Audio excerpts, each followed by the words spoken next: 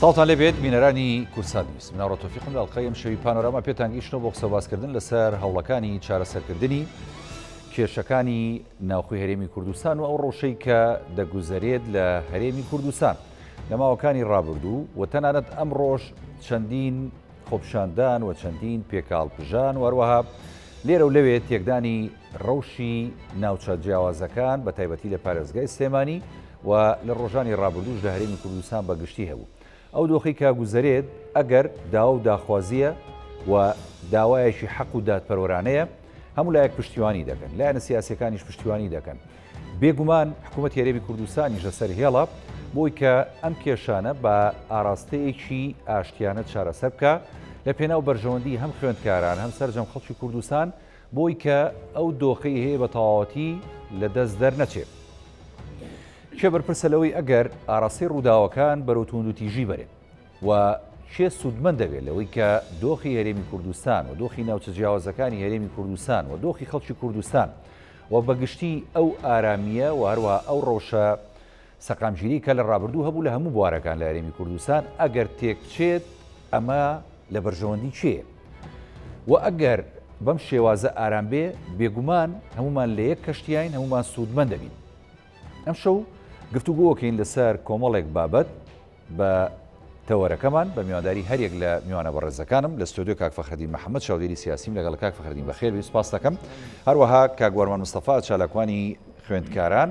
بە سوپاسەوە لە دووهۆک لەگەڵمانە. کاک وارمان سڵاو لە جەنابیشت بێ. کاک فەخرەدین ئەگەر لە سەرەتا لە جەنابەتەوە دەست پێ بکەم دیارە کۆمەڵێک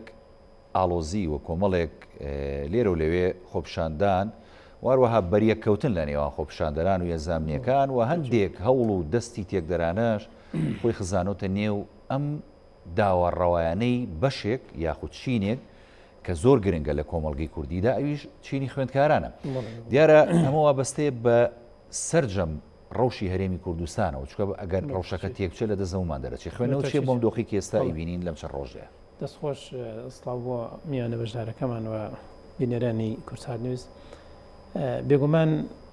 لە هەر پنتێکی ئەم جیهانە کێشەیەک دروست بێ بە نەتیجە کاریگەری لەسەر هەموو گۆی زەوی ڕەنگە دروست بێ بەهۆی ئەو ڕەوشەنوەیەکی ئێستا پێ دەگوترێت جیهانگیری یان عەولەمەواتە هەموو شتەکان پێکەوە تێگەڵاون و لە هەر کۆمەلگایەک شەر لە شوێنێکە لە زاری وهەیە کێشە لەگەڵ ڕێکێک لە ماڵێک دروستە بێ بە نەتیجە کاریگەری ناڕاستەوە خۆیان نەرێنی نەرەی بنەرێنی بەسەر دەوروبەرەکە بێ کاتێککە خوێندکاران دێنە سەر زادە داوای مافێشی خوان دەکەن کە ئەسنەوە لە داخلیەکانە ئاوی گەرم نییە کە خوێندکارێکی لە عایلەیەکەوە هاتۆ مەسەلەن باوکە ڕەنگە کارمەند دوێ مانگانەکەی 500,000 دینار بێ باشە ڕەنگە دینار لە جرفانی نەبێت کە ئێوارە پارەی نییە لە فەیەک بکڕە بچێتەوە بۆ ماڵ کاتێ ئەم توێژە بەتایبەت کە توێژێکی گەنجە و دیسان خوێندکاری زانکۆیەکە لە لوتکەی ناوەندی معریفیدایە کە ئەم توێژە کێشەی دەبێتێتە سەرزادە ئەمە کێشەی توێژێک و چەند خوێندکارێک و زانکۆیەک و شارە هەرێمی کوردستان نێمە کێشەی کۆی کۆمەڵانی خەڵکی کوردستانە چی بە نەتیجە ئەگەر چارەسەرێک بۆ ئەم دۆزە نەکرێ خوێندکار باوکی خوێندکارەکەش دەبێت بە بەشێک لە کێشەکە مامۆستایەکەش بێ بە بەشێک لە کێشەکەەوە دێنە ناو شار ئەو کاسبەی کە دوکانەکە کردوێتەوە و کاتێکە دێتە ناو شار کێشە دروستە بێت لە نێوان خۆپیشاندەر خوێندکاران و هێزانامنیەکان و خەڵکێکی تریش بە تایبەت کە دێتە ناو هاوچێشەکەەوە ژیان لە کاسبکارێک شتێکە چکاتە بە تەشیدکەواتە ئەمە کێشەی ڕاستە کێشەکە لە خوێندکارانەوە سەر هەڵەدا و لە سەرچاوە دەگرێەوە یان زۆرێک لە بێمەتمە لا مۆبالاتێ یان ئێهمالکردنی دۆخی خوێندکارە ینی ئەوەی کار پەرلەمانی کوردستان لە پێریا کۆبوونەوەی کرد و قسە لەسەر ئەو منحەیە دەکات کە بەشێک لە خوێندکاران پێڕازێنین بۆچی دەبێت پەرلەمانی کوردستان پێشەوەم دۆخات دروست بێ ئەمە نەکە بۆچی لەناو پەرلەمانی کوردستان لیژنەی خوێندنی باڵا و کێشەکانی کۆمەڵانی خەڵک نییە تا خەڵک نیێتە سەرزادە و پشێ و کێشە دروست نەبێت پەرلەمانی کوردستان و فراکسیۆنەکان هاوڕابوون لەسەرەوەی کە ئەمە حەقێکەوە دادپەروەرانەیە ئەبێ بیاندرێت هەموو کەس ئەڵێ حەقە کێشەکە لەوەی کەس نیە بەڵام ئەمەی کە خوێندکاران داوایەکەن ناحەقیە تووشی کێشەکە لەوەدایانی ئەسڵی مەسەلەکە ئەسڵی مەوزوعەکە کەس ناتوانێت کۆڵیلەکە بۆیە بەڕاستی من لێکدانەوەی من بۆ بارودۆخەوەیە کەس پەیوان نەبێ ئەمە کێشەی جیلێکە کێشەی توێژێکە و کێشەی شارێکە یان کێشەی زانکۆیەکە ئەمە کێشەیەکە ینی کێشەی کۆمەڵێکیان سەدان ڕەنگەی بەدەیان هەزار کەس بێ کە یەکێک لە توێژە هەرەیە زیندوو خاوەن معریفەکەی ئەم کۆمەلگایان وەتوانێت دروستکردنی کێشەیان هەیە ئەگەر تۆ نەتوانانی کێشەکانیان چارەسەرکەی بۆی حکوومەت هەرێمی کوردستان لایەنی پەیوەندیدار بەشێک لەم نەعەدالەتی کایکا و بەشێک لەوانەی کە باسەکرێەوە هەموو گەندەڵی لە سێکتەرە جیاوازەکانی نەود و خاڵە سنووریەکان و کۆمەڵێک سێکتەری باج و کۆکردنەوەچی هەیە ئەنی تۆزێک عەدالەتی دروستکە تۆزێک سیستەماتیک دات و سەرچاوەکانی کۆبکاتەوە ئەتوانێت ئەنی بەڕاستی کێشەی ئەمانە و کەم ئەندامانیش و زۆر چینی تریش عیلاتکە کە فعلەن ئەمانە بەشێکی دانەبڕاوە بەشێکی ئاساسی کۆمەڵگەی کوردن کە کێشەی بژێوی ژیانیان هەیە ینی خۆمان ئێمە لەو نەو تەبەقەیەن کە ئەو تەبەقە ناوەندەی کە بەشی هەرە زۆری خوێندکارانی زانکۆوانەی لە بەشی ناوخۆی ئەمێننەوە بەڕاستی ئەمانە کوڕکتی عیلە دەوڵەمەندەکان نین ئێمە ئازانین عیلە دەوڵەمەندەکان چینی متەوەست و چینی هەژارن باشە ئەگەر ئەم هەیبێ بڕۆ ناکەم بێ لە سەرزادا وەزعێکی هەیە زیاتر لە خۆی تێگودا بۆ ئەمانە پێویستیان بە عیلاجە و دەبێت حکوومەتی هەرێمی کوردستان زۆر بەجددی خەمی ئەمانە بخوا و بەڕاستیش ڕێگری بکە لەوانەی کە دێن لە پەنای خوێندکارێکی کە دینار لە جیرفانی نییە و لە داخلیەکە ئاوی گەرمی نیە و غازی نییە بێ لە پەنای ئەوە خەریکی ئەوە بێ دەنجی خۆی کاتەوە و بە نەتیجە بیهێنە لە پەرلەمانی کوردستان بیکەن بە نوێنەر بەداخەوە خەڵکێک دێتە ناو خۆپیشاندانەکانی ئێمە ئیش لەسەرەوەیە کا سواری میلی شەپۆلەکە بێ و سمێنێ بچێتە پەرلەمان و جیرفانی خۆی گەرمکە لەسەر حسابی هەناسە ساردنی خوێندکارانی ئێمە دەست خۆشکاک فەخرەدین دێمە خزمەت جەنابەت بۆ کۆمەڵە پرسیاری دیکە کاگوارمان مستەفا چالاکوانی خوێندکاران دووەرە ساڵ دەبێکە لە دۆکەوە لەگەڵمانی دیارە هەموو لایەک ینی لەسەر ئەوە هاوڕاین کە ئەوەی خوێندکاران لە چەند ڕۆژی ڕابردوو داوایان کرد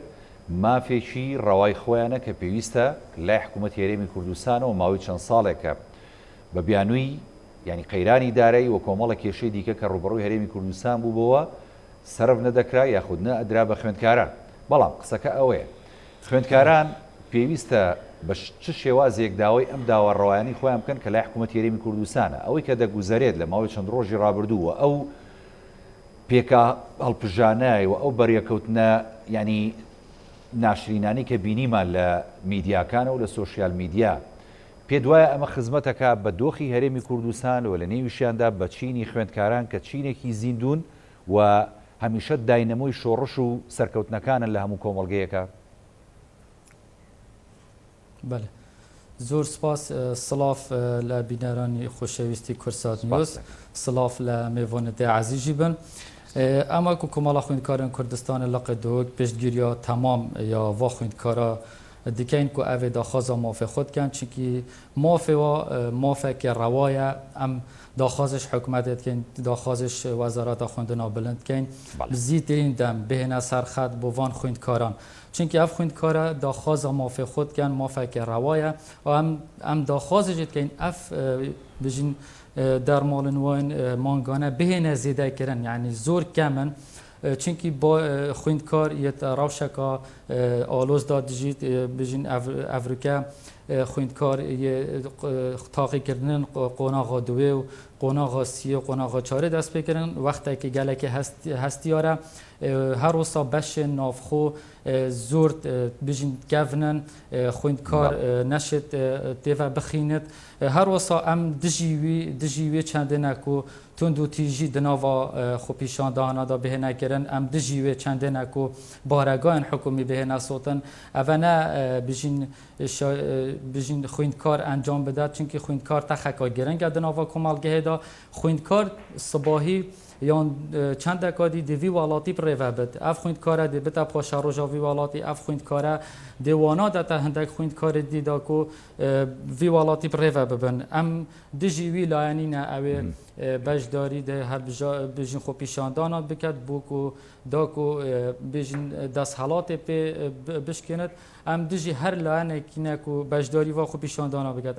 ئەم گەل هەندێنە خۆپیشاندانیت مەدەنیانە جوان پارکێکێ یان ژیلبەر دەرگەهێکی زانکۆیان هەر جەهێکی بهێنە خەرکردن و داخوازە مافێ خۆ بکەن ئەم گەل هەندێنە کو دەرماڵەیان وە بهێنەدان ئەم داخوازش حکوومەتە هەرێما کوردستان بکەین زیاترین دەم چارەیەکی بۆ وان خوێندکارا ببینێت بەڵامی وەکو کۆمەڵی خوێندکارانی کوردستان ئەو چارەسەری کە دوێنێ ئەنجومەنی وەزیران لە کۆبوونەوەی خۆیدا بڕیاری لێدا بۆ تەرخانکردنی منحەیەک بۆ وەزارەتی خوێندنی باڵا و توێژینەوەی زانستی هەرێمی کوردستان و لە ڕێگەی ئەوە بۆ چارەسەرکردنی هەم کێشەی بەشە ناوخۆیەکان هەم دەرماڵەی خوێندکاران تا چەند ئەو بڕیارە بە موقنیع بینن بۆ خوێندکاران و خوێندکاران پێ دوایە ڕازین بۆ بڕیارە و ئەیانەیە کۆتایی بێنن بە خۆپیشاندانەکانیان؟ پشتی ئەڤروکا بڕیار لێ چەندی هاتیەدان و منحەیەک بۆ خوێندکاران وەزارەتە خوێندنا بلند بێتە دانان تا ڕادەیەکی خوێندکاری زانی و حکوومەتە هەرێما کوردستانی هەرزی خۆلێکرا خوددان هەرزی مەهاناوە چونک و ئاگاداری ڕەوشەوانە ببن بەلێ ئەڤەنا مەوەک و کۆمەڵە خوێندکاران وەک و سکرتارەتە کۆمەڵە خوێندکاران من ئاگەژی هەی و بەری وا خۆپیشاندانان سکرتارەتە کۆمەڵە خوێندکاران یاداشتێک دابی پەرلەمانی کوردستانی یاداشتێک دابی وەزارەتە خوێندنا بلند و بەری ئەف ئالۆزیە بهێنە ڕیدان و دەرماڵەیەن خوێندکارە بێ بهێنەدان و هەروەسا قستن وایەن ساڵانەژی بهێنە کێمکردن. ئێوەکو کۆمەڵی خوێندکارانی کوردستان لە ڕابردووە لە ئێستاشدا ینی چۆن ئەتوانن داکۆچیکارێکی ڕاستەقینە بن و ئێوە ینی ببنە هاوبەشێک یاخود ببنە پردێکی پەیوەندی لە نێوان هەم خوێندکاران هەم دامو دەستگا ڕسمیەکان کە پەیوەندیان بە خوێندکارانەوەی بۆیە کە ئەو کێشانی ڕوبەڕوویانە بێتەوە ساڵانە بەڕاستی چارەسەرێکی بنەڕەتی بۆ بدۆزرێتەوە. مەوەکو کۆمەڵە خوێندکارن کوردستانی وەکی ئەس ئاگادار و نەبوو هەروا خۆپیشاندانا بەلکو هەم ji werzindiyên xwandinê her newergirtina خوێندکاران بۆ zanku peymangehan her wisa gihandina gila û gazindên خوێندکاران yên beşêna xwe sekretareta Komala Xwendkarên Kurdistanê herdem digel bûye pirek di navbeyna خوێندkarî û her wisa hikûmeta Herêma Kurdistanê de herdem bi beyanname bi belge hemî layê min in ku me pêşkêşî hikûmeta Herêma Kurdistanê kirine her wisa taybet wezîrê xwendina balan ku ev wezaret ev خوێندkarên zanku peymangehan ku wezareta xwendina bilind vet bijîn müteewdîne em hemî gaval serxetîne em bûyne pirek bû gihandina gila û gazindên wana. حکوومەتی هەرێمی کوردستان تا چەند ینی جۆ لە ڕێکخراوە خوێندکاریەکان و قوتابیەکان ئەگرێ بۆی کە ینی فعلا ئێوە نوێنەری ڕاستەقینەی خوێندکاران و قوتابیانن و ئێوە ئەتوانن داخوازیەکانیان بەێ بە باڵگەک و بەریا چەندێک و ناوێن قۆناغا ئێکی هاتنە ڕاگەهاندن و بێژین gelek خوێندکار نهاتنە وەرگرتن بەلێ لەسەر داخوازا بەیاننامە کۆمەڵە خوێندکاران و me pêşkêşî wezareta xwendina bilind kiriye û ku evê pêdaçûnekê di sîstemê online da bikin vî sîstemî careka dî bi xwendkarî hate vekirin her li sîstemê paralêt û li sîstemê bijinî êvarana dergehek bi xwendkaran hate vekirin her ev ro jî wezareta xwendina balan biryar da ku nêzîkî 1512 xwendkaran seranserî Kurdistanê bijîn zankoên Duhok û Hewlêr û Silêmanî û her wisa peymangekan bihêne wergirtin. زۆر باشە باڵگەیەک بۆ بینەران دیارگار کرد. دەست خۆش کاکە وارمانجان دێمەوە خزمەت جەنابەت سوپاس دەکەم. کاک فەخرەدین ینی بۆ نمونە ئێستا ئەگەر باسێک لە تا ڕادەیەک دۆخی پێش ئەم خۆپیشاندانە بکەین ینی هەرێمی کوردستان تا ڕادەیەک ئەتوانین بڵین سەقامگیریی پێوە دیار و شارەکانی هەرێمی کوردستان سەقامگیریی پێوە دیار و بەڵام ینی هەر کاتێک کە چینێک یاخود بەشێک لە کۆمەلگا دەیەوێت داواڕەوەکانی خۆی لە ڕێگەی خۆپیشاندانێکی ینی ئاشتیانە و مەدەنیانەوە بگەێنێت هەرێمی کوردستان بگەێنێتە حکوومەتی هەرێمی کوردستان دام و دەستگا ڕسمیەکان دەبینی ینی لایەنێک یاخود هەندێک دەست یاخود هەندێک کەس بە مەرام دەیانەوێت ینی ببنە بەشێک لەو خۆپیشاندانە و خۆیان بخەنە سەر تەوژمی خۆپیشاندەران و ئەوان ببنە پێشڕەویان پێ وایە ئەمانە هۆکاری تێکدانی دۆخی هەرێمی کوردستانن و ئەمانە داوا و داخوازێڕەوەکانی خەڵک خوێندکاران بەلاڕێدا ئەبن چێ بەرپرسە لەو دۆخە بەڕاستی بەڕاستی ئەمە کۆمەڵک ئەستەرە داویان کۆمەڵە فاکتەر هەیە لەوەی بەشداریە کە هەمیشە لەبەر لە ڕەدابردنی خۆپیشاندانەکان گیان مەسەلەن زۆر جار هەیە ئێزێکی سیاسی بە تایبەتیش ئێستا کە قسە لەسەرەوەیە یان کاتی هەڵبژاردنەکانی هەرێمی کوردستان نزیک بۆتەوە و ڕەنگەی هەندێک هێزی سیاسی یان هەندێک سەری سیاسی کێشە و ئەشکال و مەشاکلی تایبەتی خۆیان هەبێ وەکو بانگەشەی هەڵبژاردننی بەڵە بەشێکە لە بانگەشەی پێشوەختەی هەڵبژاردن و ئەمانە مثلەن بۆ نمونە بەردەوام بە دوای دەرەچەیەکە ئەگەڕن بۆی بتوانن ئەوانەی کە هەیەە بە خەڵکی بگەێنن یان مثلەن فەوزایەک کێشەیەک دروستکەن بۆی لەناو ئەم فەوزا و کێشەیە مەشاکلەکانی خۆیان لەبیر خەڵک برنەوە سواریش شەپۆلی ناڕزای خەڵک بن بەتەکیید هەرێمی کوردستانیش وەک بەشێک لە عێراق ماوەیەکە دوای ئەو قەیرانە سەختە دارایی کە ڕوبەڕووی هەرێمی کوردستان و شەڕی داعش و دابەزینی نرخینەوت و موچە بڕینەوە ئەمانە بووینەوە ئەمە بەڕاستی خەڵک لە بارودۆخێکی سەختی ئابووری هەژیا ئێستا جۆرێک لە بوشانەوەی اقتصادی لە عێراق بەپێی ئەمە ڕێکخراوی سندوقی نێودەوڵەتیش کە باسیەکە ئارەیە عێراق ئەم ساڵ لێچێکە لە وڵاتە گەشە سندویان ئابووری عێراق بەرەو بوشانەوە چێ لە چاوڵاتانی کەندا و لوتکە یەکەمی زیای کردووە نەختینەی زیای کردو بەڵێ ینی لەم بارودۆخانەیە ڕەنگە شار بەرەو بەتەچیت بەرەو گەشە ڕۆژیان بەرەو استخراریە دەڕۆ ئەمە وا دەکات مەسەلەن ڕەنگە هەندێک هێزی سیاسی بەرشەوەندیان لە گەشە و لە استخراریەتانە بێ و هەمیشە حەز بە ئاژاو مەشاکل دەکەن و سروشتی ئەم وڵاتەی ئێمە ژوای بەداخەوە ئەنی وای لێ هاتووە هەر شارێک بەسەر هێزێکی سیاسیە تەقسیم بووە بڵێ تەقسیم بووە هێزێکی سیاسی لە شارێکە بۆی پیشان بدە ئەو هێزەوە بۆ ئەوەی بە خەڵک بڵێ من لە سایی دەسەڵاتیەکەی منە جۆرێک لە ئارامی سەقامگیریە ها لە فڵانە شوێن چێشە مەشاکل هەیە مەمنون بن بۆی کەوا من بەم شێوەی ڕاتانم گرتە و لە شوێنێکی تر هێزێکی سیاسی بەنەوەیشی تر ئەماکە بەڕاستی ینی بەڕاستی بوو قسەکەشی بخواکک فەخر ینی دوجار یعنی خۆ سەرجەم ئەم هێزە سیاسیانن کە ینی لە ناوەندێکا کە یوش پایتەختی هەرێمی کوردستانە هەولێر حکوومەت و پەرلەمان و دام و دەستگا ڕسمەکانیان پێکێنەوە بەشدارن ینی بەڕاستی لە من ئەزانێت چێمە بڵندچی فەرم ئەم کێشەیە کە خوێندکاران هەیەی ئەم کێشەیە خوێندکارێکی سلێمانی بە تەنهانیەتی دوهۆکێک و هەولێریەکە شەیەتی و خوێندکارێکی کەرکوچی گشتگیرەکەوات کێشەی هەموو خوێندکارانی کوردستانە و لە 2014 بێدواوە ئەم دەرماڵەیەکی خوێندکاران هەیان بە بەهۆی ئەو قەیرانی لەسەر هەرێم هاتووە ئەم دەرماڵەیە بڕاوە واتە بۆ هەموو خوێندکاران ببڕاوە خوێندکاران لێرە دەسێن بە نەڕازایەکەیان کردیان ڕەنگە گرفتی تریش هەبوو بێ ئەمە پەیوەندی بۆ هەیە ڕەنگە لەم زۆنەیە زۆر جارێمە ینی بەشێک لە خەڵک قسە لەسەرەوەیەکە مەسەرەن لێرە جۆرێک لە ئازادی هەیە بۆیە سەرەتای خۆپشاندان و ناڕزایەتەکان لێرە و دەست پێەکە بەڵام ئەم ئازادیە زۆر جار هەیە استقلالێکرێن بەڵێ هێز خوێندکاران بۆ ئەوەی گزارش لەم حەقڕەوای خۆیان بکەن و حەقی خوانە بن و دەرفەتێکیش هەیە بۆن گزارشتی لێ بکەن وکوتم ئەگەر ئەم دەرفەتە هەبێ ڕەنگە هەولێریەک پێش سلێمانەکە توی هەمان کێشەی هەیە کە لاریەک ئێستا لە سلێمانی لە هەولێرش تەڵەبەیە و ڕەنگە مەسەرەن گەرمیانەیەک لە دهۆکیش تەڵەبێ لە زانکۆی دۆک وەک ئەوەی کە لە دهۆک شەو لێرە لە سلێمانی تەڵەبەیە ئێمە ئازاین بە پێویستەمی ئۆنلاین لەبەرەوە بەڕاستی کاتێک خوێندکارێک دێتە سەرجاد دەداوای ئەم حەقی خۆیەکە کە لە شوێنێکە فەزایەکە بێمە هەموو ئەزانین کاتێ شتێک پستانێک دروستە بێت لە هەلبەمە ئەوەیشی هاوشێشێکی میکانیکیشە لە شوێنێکە پستانێک دروستە بێت لە کوێ دەرفەتە بێت لێ تەقێتەوە لەو شوێنانی کە تۆندە بەسرە ناتوانێت تەقێتەوە ئێمە لێرە دیارە فەزایەکەی بۆ ئەم خەڵکە کە حەقی خۆیەتی گزارش پێویستی بە دەرچەیەکە پێویستی بە دەرەسەیەکە ئەو دەرچێش دەبێت لەو شوێنە بێت کە دەرفەتی هەیە بۆ ئەوی ئەم پەنخوا بەڵام ئاخر خۆ دوجار ئازادی و دیموکراسی ژیانی کە ئەدرێتە خەڵک وە مافێکە کە پەیڕەوی بکە پێودانگ و ینی یاسا و ڕێسای خۆی بێگومان هەروەک چۆن هەرگیز ناکرێت کارمەندێکی هێزێکی ئاسایش بەڕاستی توندوتیژی بەرامبەر هیچ خۆپشاندانێ بکە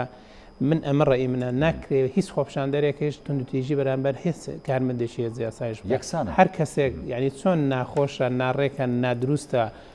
یەکێک شەقێک لە خوێنپشاندەرێک خوێندکارێک مامۆستای هەر کەسە دوای کە کارێکی نابەجێیە وە پێچەوانەکەشی ڕاستە نابێت شەق لە هێزێکی ئەمنی بدەیت کە هاتووە بۆ پاراستنی گیانی خۆپشاندەر کە لەوێ ئەرکێکی وەزیفی خۆی جێبەجێەکە نابێت شەق لەوێ درەوچی کەلتوری شەق هەر یەک کەلتورە هەر کەسێک شەقەوەشێنێ هەمە ئەگەر ئەوش سبەی ئەم کەسێک کە شەق لە پۆلیسێکەدا ئەگە خۆی ببێ پۆلیس شەق لە خەڵکەداتەوە بۆیە کەلتوری شەق کەلتوریش خراپە بە هەموو شەوێ من پێم وایە ئەم فەزای ئازادی یان ئەم تعبیرکردن لە حەقی خۆت بە نەتیجە ئەوەی خراپەکەی لەوەیە ینی هێزێکی تۆکما یان نوێنەرایەتێکی ڕێکخراوی باش سەرکردایەتی ئەو خۆپشاندانانە ئەم ناڕەزایەتیانە ناکات بۆ ئەوەی ڕێگەن نەدا جسمی نامەوە خەڵکی نامەوە داخلی ناو خۆپشاندانەکان بکە ئێمە ئەزانین کاتێک کتێبخانەیەک ئەسووتێنرێ هەرگیز معریفەی خوێندکارێکە خۆی لەگەڵ هاوڕێ کتێب و قەڵەمە کە ژیانی لەسەر کتێب و قەڵەمە کە ڕێچکەی ژیانی ئەو پەیوەستە بە کتێب و قەڵەمە ئەو چێ کتێب بسووتێنێ یعنی سوتاندنی کتێب واتە سووتاندنی ئەو ڕێگایی کە ئەو هەڵی بژاردەوە بۆ ژیان بەڕاستی ینی ئەو خۆی خەریکی کتێبە چۆن نەکرێت کتێب بسووتێنێ بۆی بەڕاستی ئەمە معریفەی خوێندکارنی ئەمە خەڵکێکی ترە دێت تێکەڵی ئەم شەپۆلی ناڕەزای بە هەروەکو بە خۆپشاندانەکانی تر نمونونەکانی تریشمان لەبەر چاوە خەڵکانێک هاتن لەناو خۆپشاندانەکانەوە چەناڵێ وەکو میرابۆی فەڕەنسی خۆیان کردە گوتاربێژی خۆپشاندەر و دواتر چون لە پەرلەمان جیرفانی خۆیان گەرم کرد لەسەر جیرفانی سەردی خوێندکار و خەڵکی هەژار و ئەوانەی کە شێشیانە بۆ بەشێک لەوانەیە کە دێشنە سەر زیادە ڕەنگە ئێمە خوێندکاران هاتن پەیامەکان گەیشت هەرچەندە ئەو پەیامە وەکو خوێندکاران خۆیان ئەڵێن ئەو من حەیە دیاری کراوە باس لەوەی کرێت کە هەژارەکان خوێندکارانی هەژار پێوەستیە گەوترێک پێوەستێ بۆ زیادکردنەوەی هەژارێک کەم دەرامێت دەوڵەمەند تقریبا زانیاریەکانی دوێنێەوە هابوو کاگێ فەخرەدین کە بەبێ جیاوازی هەموو خوێندکاران ئەگرێتەوە ئەوەی کە لە داخلیەکانن ئەوانەی کە لە دەرەوەی شارن ئەوەی کە لە ناو شاریشە بۆ ئەم ساڵ بە تەواوەتی سەرفەکریەوە من حەیە یعنی زانیاریەکان وا بوو دوێنێ هیواداری مابێ دەست بەشکار فەخرەدینجان دێمە خزمەت جەنابن کاک وارمان مستەفا ینی بۆ نمونە ئێستا ئەوەی کە بەڕاستی خوێندکاران پێی هەستاون ینی ئەمە مافێشی ڕەوای خۆیانە کە لە وڵاتێکی ئازاد و دیموکراسیە پێویستە پەیڕەوی بکەن بەڵام ینی پێدوانیە ئەو دۆخی کە ئەگەر بەهۆی ینی جۆرێک لە خۆپشاندانی هەر لایەنێکەوە بێ بۆ نمونێسە و دۆخە شڵەژاوی کێسە دروست بووە بە هۆکاری خۆپشاندانی خوێندکاران خودواجار ئەگەر ئەم دۆخە تێک بچێت یاخود ئەم ڕەوشە بەرەو خراپتر بڕوات دۆخی خوێندکارانی شتێگە چێەوە ئەو قەزەیە کە هەیە قەزەی ئەوانیشە ئەوانیش بەرپرسیارە بن لەمە پێ دوایە ئەوەی کە خوێندکاران پێهێستاون بە بەرپرسیارانە خۆپشاندانیان کردو و داوای مافەڕاوەکانی خۆیان کردووە یاخود نەخێر ئەمانیش بەشێکن لە کەم تەرخەمێکی کە ئێستا دۆخێشی ناسەقامژیریان لە هەندێک لە شارەکانی هەرێمی کوردستان دروست کردو بەڕاستی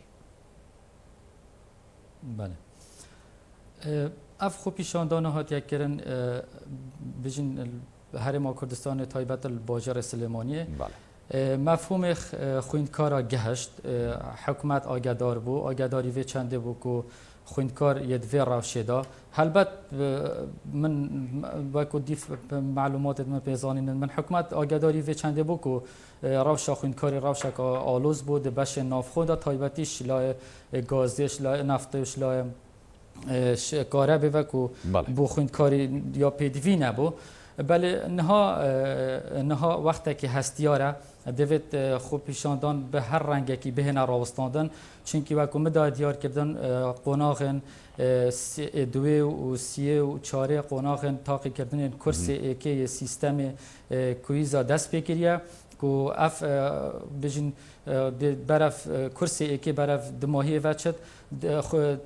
taqîkirdinê to hatîne rawestandin evê ku dawama li hatiye girtin ragirtin ez daxwaziş xwîndkarat kem ku bû çûnawa geheşt û eyame jî ewamel ser milêt me me gehan de hikûmeta Herêma Kurdistanê taybetî wezarata xwendina bala û her wisa xwedî cenabêka qubat ser xetiye bû kêşa zankoyê bihête çareserkirin kêşavan xwîndkara bête çareserkirin careka dî beref holên xwendinê ve herin da ku berdawamiye dene kursê êkê û taqîkirdinên xwên kursê êkê bêne encamdan باشە بەردەوامبوونی خۆپشاندانەکان پێت وایە هۆکاری ئەوەیە کە ینی متمانەیان بە بەڵێنەکانی حکوومەتی هەرێمی کوردستان نییە من خۆم ڕای خوششخصی دەوێت ئەف خۆ پیشاندانە بهێنە ڕاوەستاندن چکو حکوومەتە هەرێما کوردستانی بڕیاردایە و منحایەک بهێتەدان بۆ وان خوێندکاران نابێت هۆڵن خواندنê تایبەتی کەرتê خواندنê zanکۆ پەیمانگەها بهێنە ڕاوەستاندن ئەو دو ساڵ بوون ji ber peta koronayek û dergehên xwandinê hat bûnegirtin ku bi şêweyê online ev xwandinet hat ev rêvebirin û ev şêweyekê seqet bû di Herêma Kurdistanê da em evrûkeyê beref nava kempên zanîngehê ve çûyn û nava holên xwandinê ve çûyn da ku berdewamiyê deyne xwandina xwe yaş min ve mefhûm geheşt hikûmeta Herêma Kurdistanê herzî di hewara xwînkarî de hat û biryar bijîn bûceyek bi wana terxan kiriye ئێمە کە داواکەین بۆ نمونە کاگوارمان بەگشتی ڕەوشی هەرێمی کوردستان ینی بەرەو ئاسایی بوونەوە و بەرەو ئیسیقراریەت بڕوا دیارە لە پێناو سەرجەم خەڵکی هەرێمی کوردستانە و لە نێویشیاندا چینی خوێندکاران و قوتابیان کە ئەمە چینێکی باڵان و ئەمانە دوا ڕۆژ و پاشە ڕۆژی ئەم گەلەن و ئەتوانن ئەمانیان بەدڵ نیایی ئەتوانن ئەمان قۆناغی گەشتر بۆ میلەتی کورد بەدەست بێنن پێت وایە لە ڕەوشێکی ناسەقامژیرە خوێندکاران ئەتوانن ئاستی زانستی و پلەی خوێندەواری خۆیان بەرزکەنەوە یاخود نەخێر ئەوانیش زەرمەندێکی گەورە بن لەم ڕەوشە ناسەقامژیرە گەر دروستی بکەن ڕاست ئێمە لە سەد لەگەل ئەوەی داینە و هۆڵن خواندنê careka dî bêhne pêrkirin ji لای خوێندکاران و بەردەوامی بدەن از زانیناخۆ ئەم دژی وێ چەندێنێک و لایەنێکی سیاسی بۆ بەرژەوەندیên خوێن حزبا خۆ بەشداری تەڤلی وا خوێندکارا ببێت ئەم دژی وێ چەندێنە ئەم دژی ڤ ئالوزیانێک و ناڤ خۆ پیشاندانا بهێنەکردن و هەندێک کەسێ دی بۆ مەرەمێن خوێن تایبەت تەڤلی وا خوێندکاران بووینە خوێندکار طبقەیەکە مثەقەفە di nava welatî da di nava her komelgehekê da çunku خوێندکار devî welatî avadan ket sibahî paşa rojê خوێندkarê vê zanîngehê dêwana de te hindek خوێندkarê dî da ku vî welatî birêve bin ئەمە ku komala خوێندkarên Kurdistanê li qadihok taybetî daxwazê hemî خوێندkara bikin careka dî beref holên xandinê biçin û berdewamiyê bidene xandina xwe beref astekê diye bilind yê xandinê. Qeçeka ba muhliyek bin hikûmetê Herêmî Kurdistan bizan balenekî cêbeciyeka sebaret be xerckirinî dermala sebaret be çakkirinî rewşî yanî beşa navxweyekan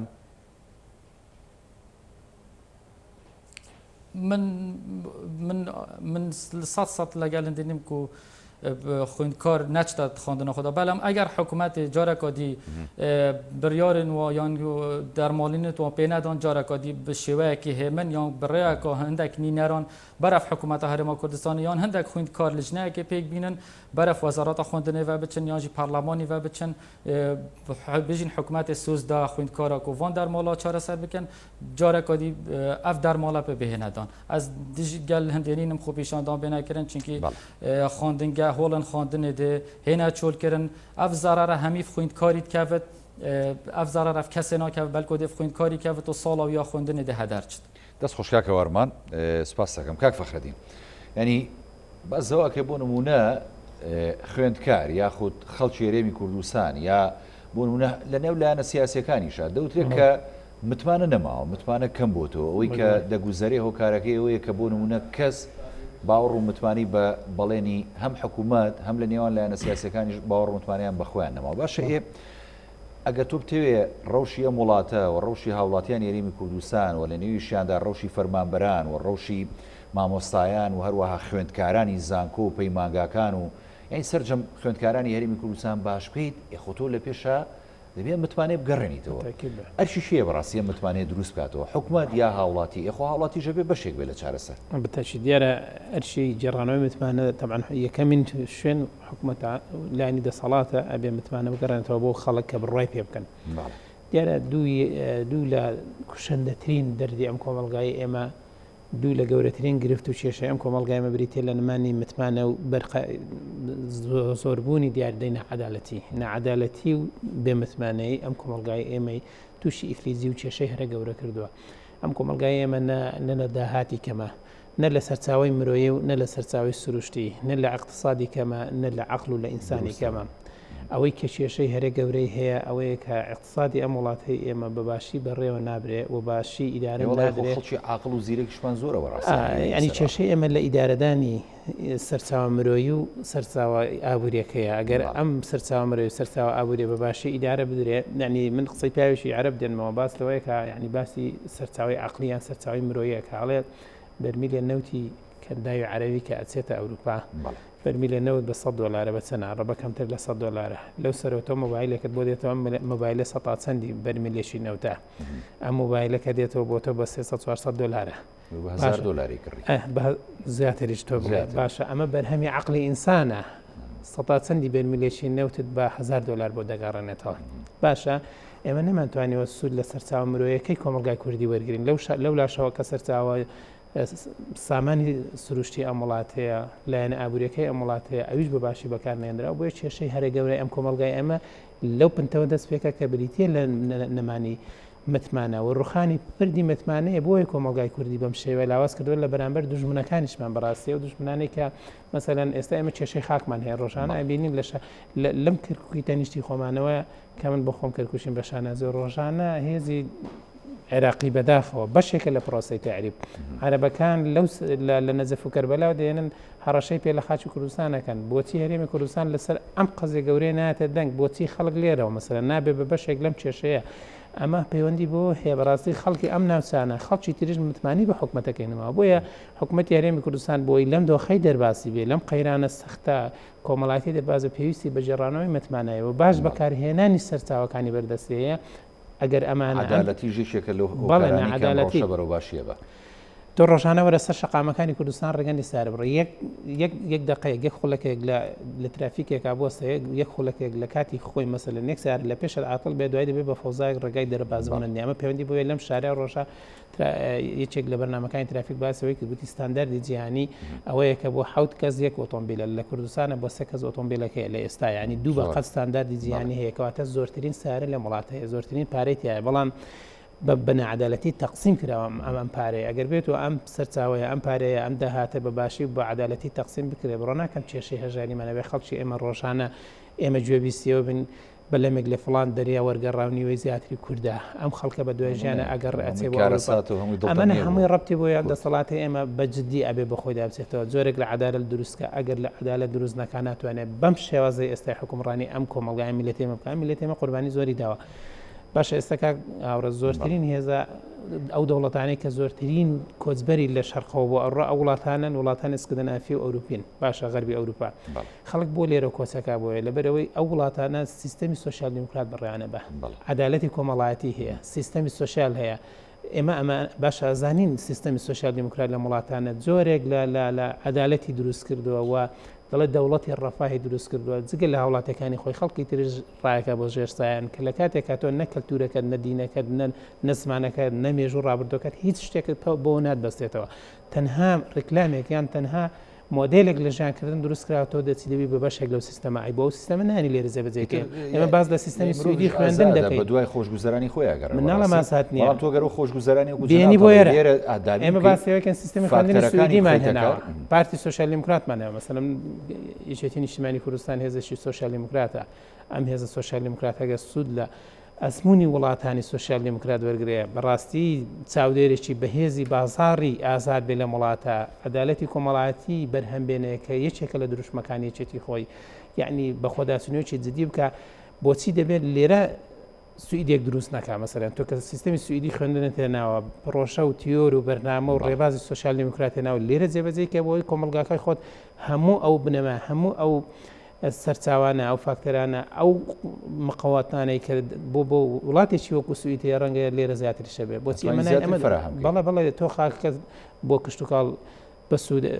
فەراهەمەیان گونجاوەیان تۆ سەرچاوی سروشتی سەرزەوی و ژێرزەوی تێڕۆشانە ئەم ڕووبارە گەورە ئاوە شیرنە ئەبینین کە ڕەنگە لە کەندا و 1 لتر ئاوی شیرن 2 لتر سەرتر نەوتی بۆی بکەی بە سافیکەی ئێمە بە هەزاران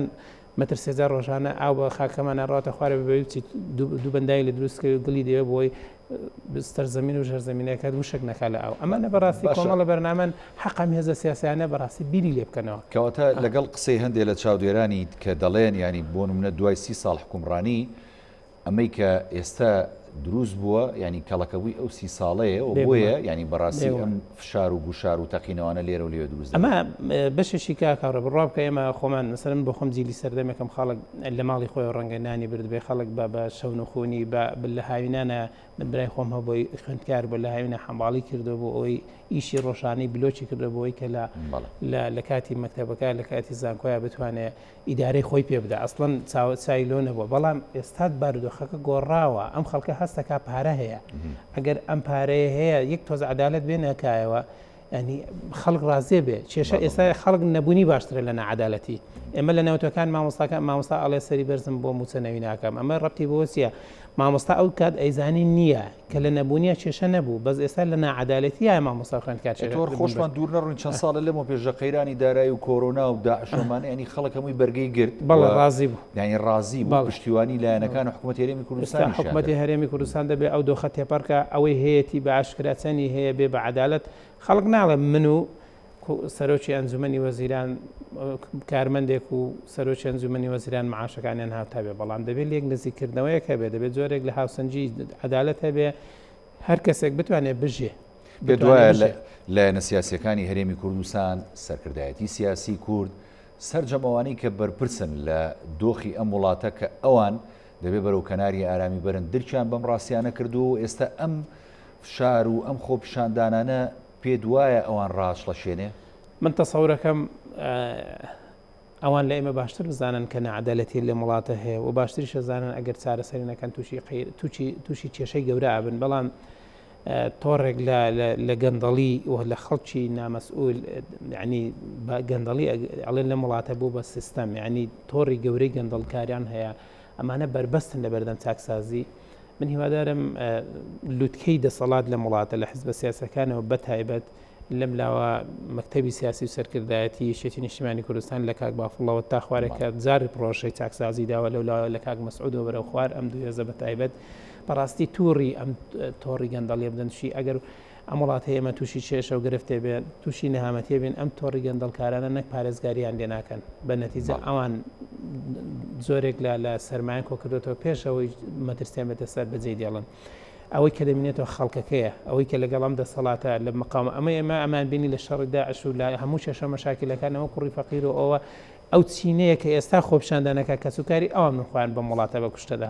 بۆ ئەوەی ئەمان زمانی ژیانیان بکرێت کە پارێزەری ڕاستەقینەی خاک و نیشتیمان و ئینسانی ئەم وڵاتەن ئەبێ خزمەتی ئەمانە بکرێت ئەوەی بربەستە لەوەی کە خزمەت بگاتە ئەمانە پارە بگاتەمان داهات بگاتە ئەمانە چینێکی کەمی گەندەڵکارانن ئەبێ سەرکردایەتی سیاسی لە لوتکەوە ئەم چینە پێیان بڵێ بەسە بەس شێوێ ماتوانین چارەسەری دەستشکان بەخرین کاگ وارمان جەنابەت دیانی وەکو چالاکوانێکی خوێندکاران پێشنیارت داخوازیت یاخۆت بۆ نمونە پەیامت چییە بۆ جیلی خۆتان کە خوێندکارن و ئێستا ئەوان لە داهاتوودا بنەنەوەیەکی نوێ و سەرکردەی نوێی ئەم وڵاتە و بەڕێوەبەرانی نوێی ئەم وڵاتە بۆی کە لەگەڵ سەرکردە سیاسیەکانی ئێستەی کورد لایەنە سیاسیەکان خەڵکی دڵسۆزی ئەم وڵاتە بیرمەندان ئەوانی کە یانەوێ بەڕاستیانی دۆخ و ڕەوشی خەڵکی کوردستان و ئەو قوارەی کە ئێستا هەرێمی کوردستان هەیەی بە پارێزرایی بمێنێتەوە چۆن ئەتوانن هاوکار بن چۆن ئەتوانن ئێوە پێشنیار بکەن چۆن ئەتوانن ئێوە دەستێکی خێر بن بۆی کە لەگەڵ حکوومەتی هەرێمی کوردستان لەگەڵ لایەنە سیاسیەکان بتوانن ئەو ڕەوشە قورسانەی کە بەسەر هەرێمی کوردستانیەت و ئەوانەی کە دەیانەوێت دەستێکی ینی بەڕاستی درڕندانە یاخود دوژمنانە بۆ ئەم گەلە بۆ ئەم خاکە درێژ بکەن ئێوەش بەشێک بن لە بڕینی ئەو دەستانە و بەشێک بن لە ئارامکردنەوەی ئەم دۆخی کە ئێستا هەیە.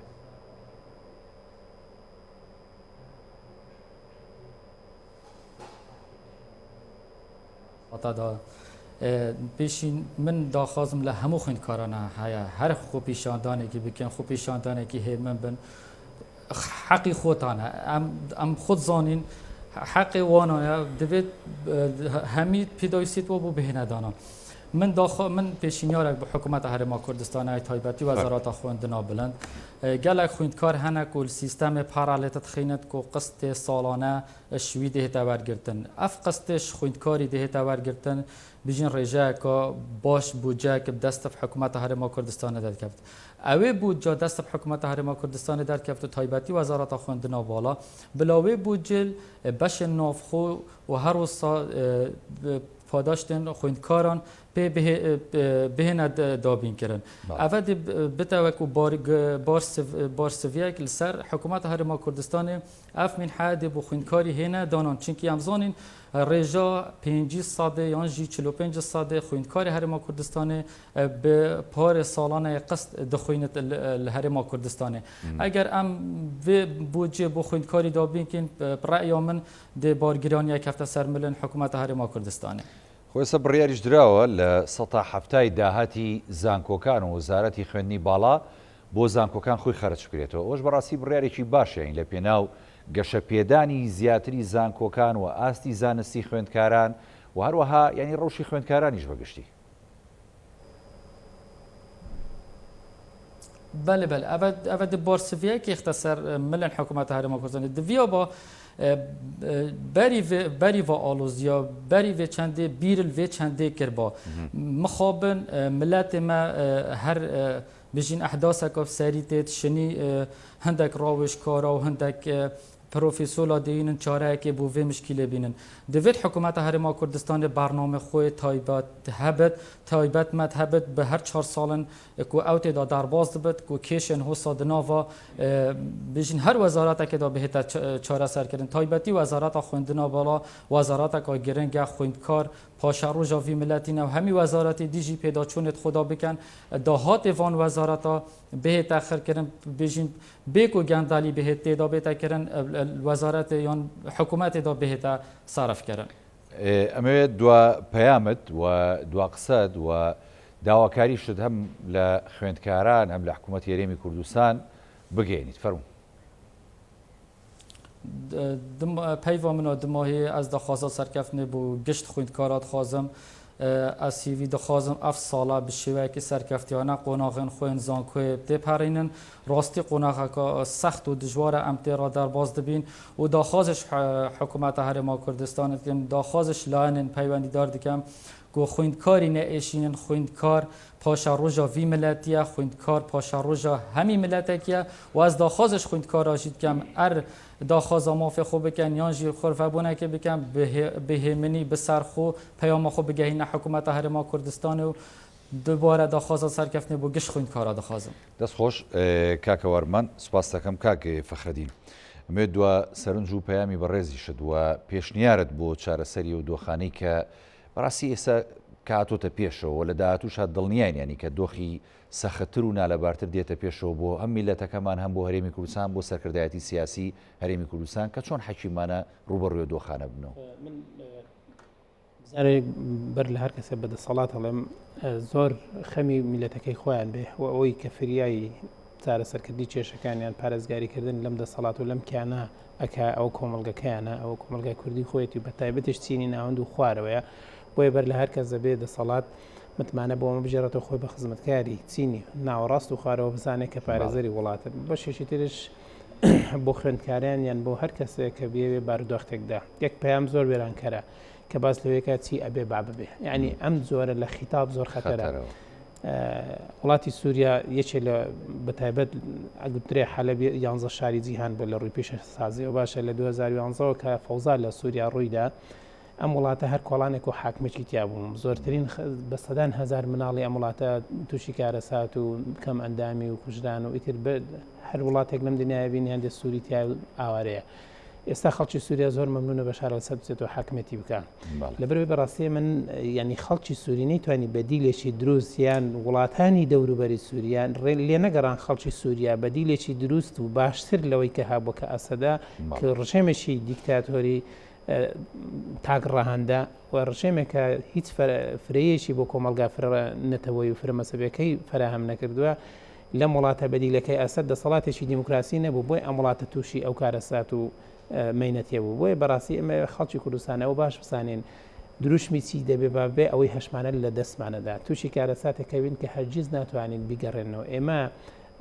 حکومڕانێکی کوردیمان هەیە کوردستانیمان هەیە ئەزمون و دیفاکتۆیەکمان هەیە کە بە خوێنی هەزاران شەهید بنیادمان ناوە لە ناو بوعقەیەکی جوگرافیایە کە تووشی دنیایەک کێشەبووینە بۆ ئەوەی ئەمە بەرەو باشتر بەرین کە خەلەلی هەیە ئەبێ ئاگامان لێبێ دەستی پێ بگرین هەمیشە لە خراپەوە لە باشەوە بۆ بەرە باشترینی بەرین هەرگیز ڕێنەدەین یەک بنەدارێکمان لە وڵاتە بشکێ وەڕێگە نەدەین دارتەلێکمان لە وڵاتەکە سەڵی تەکێنێ وەڕێگە نەدەین بینایەک بسووتێکە بە خوێنی شەهیدێک ڕەنگە بنیاد نابێ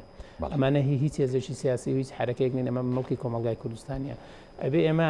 لە باشەوە بەرەو باشتری بەرین نەگەوەی هەمانە تێکی دەین. سپاس بۆ هەرێک لە میوانە بەڕێزەکانم برای بەڕێزم کاک فەخەدی محەممەد چاودێری سیاسی کە لەگەڵ مابووین هەروەها برا عەزیزمان کاکە وارمان مستەفا چالاکوانی خوێندکاران کە لە دووەکە ڕاستەخۆ لە بەرنامەی پانۆراما لەگەڵ مابووین. سوپاسانەکەم بەڵێ بینەرانی بەڕێز ئەڵقێم شەوی پانۆراماتان پێشکەش کرا میشە ساغ و تەندروست باش بن خواتان لەگەڵ.